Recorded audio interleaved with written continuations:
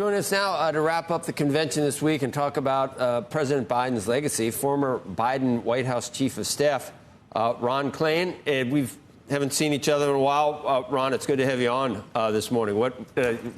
How many of the nights were you sitting there watching? I watched every night. I watched from home. You know, political conventions are kind of like NFL football games. It's fun to be there in the stadium, but actually get a better view sitting at home watching it on TV. I think you're right, and you can get commentary. We were at the Olympics, and I love being at the events, but there's a lot of color and analysis and actually just knowledge that comes in from. Some events are better on TV. That's just the hard truth. Some things are better on TV.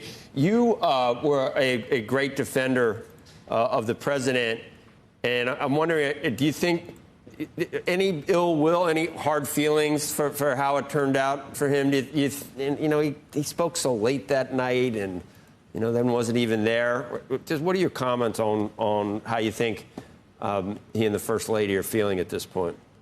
Well, I know they're feeling very enthusiastic about Vice President Harris's candidacy. I talked to him after his speech on Monday night. He was proud of his speech. He made a strong case for Vice President Harris. He talked to her before her speech on Thursday to give her a pep talk. She didn't need it, but she got it anyway, and she did a great job last night selling herself, selling her case to the country. I think we had a fantastic convention. I think Democrats leave Chicago incredibly energized by our new ticket, by Vice President Harris and Governor Walz as the top of the ticket, and the energy and joy they're bringing to this campaign. So I think we're in a very good place as a party, and are going to have a very good result in November. I know there's a lot of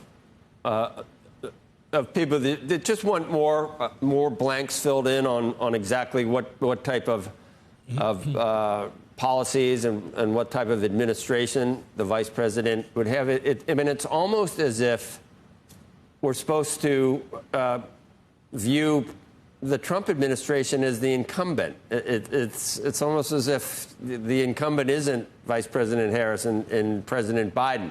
Should we look at this as a continuation of the Biden administration? Because I think on the one hand, you'd like to say, yeah, there's been some successes, but on the other hand, you probably don't want to own some of the things that where the approval rating is underwater, whether it's inflation or the border or something like that. It's a fine line to walk, Ron, just to be perfectly blunt. It is a fine line. I agree with that. And I think what you'll see the vice president do, what she's done, is build on the successes and take her own direction on some things.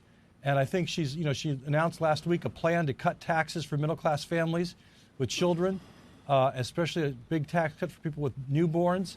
And, that's something that Biden tried in 2021, got passed for a single year, then couldn't get it passed after that. And she's made that a top priority to give middle-class families some tax relief and to help small businesses as well. And I think, she's also got been reaching out to people. You heard her last night talk about not just labor, but also labor and business, bringing people together. I was very pleased to see Ken Chenault, the former CEO of American Express, speaking at our convention this week.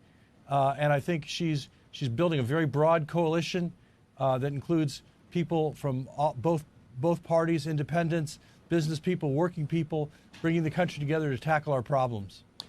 Ron, we're a business network, CNBC, and just watching some of the rhetoric, and maybe it's, there's populism infecting, I think, both parties at this point. They're all maybe chasing after some of the same voters.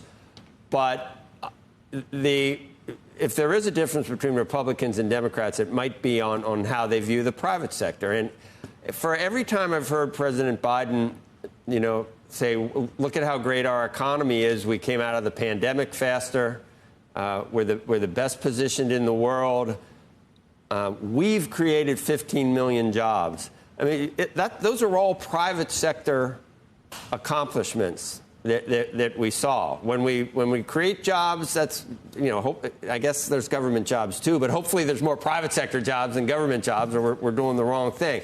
It seems to me a lot of times I'm saying, wow, why do they want to kill the goose that's laying the golden egg? More regulations, higher taxes, all, price gouging, greedy corporate, fear, all the rhetoric, as well as a lot of the proposed policies seem to be anti-business. Why? I don't agree with that. Look, I think most of the jobs are private sector jobs. And the point is the goose has laid a lot of golden eggs under Joe Biden and Kamala Harris. Stock markets obviously hit record highs. Equities are at all-time valuations. And, and we've had record job growth. So, we have had strong private sector growth. And I think you saw the Vice President last night talk about working with business more closely. As I said, we had Ken Chenault speak at the convention this time. And I think you're seeing more outreach to the private sector from Vice President Harris. She was our leader on small business formation. In the Biden-Harris administration, we've had record small business formation these past 3 years. And, she comes from a state that has a lot of tech, the big tech sector. She's familiar with technology. She's familiar with the role it plays in our economy. And I think she's going to be a president that's good for working people, good for business. But let me be clear. She puts the middle class first. She puts her thumb on the scale for the middle class. And I think that's good for our economy. It's not just fair, it's good for our economy. When the middle class does well, everyone does well. And her plan to raise taxes on the wealthiest Americans and cut taxes for middle class and working Americans, I think is a fair plan to redistribute the tax burden in a more fair way, to fund our government, to bring down our deficit, and to make sure we're making the investments we need as a country.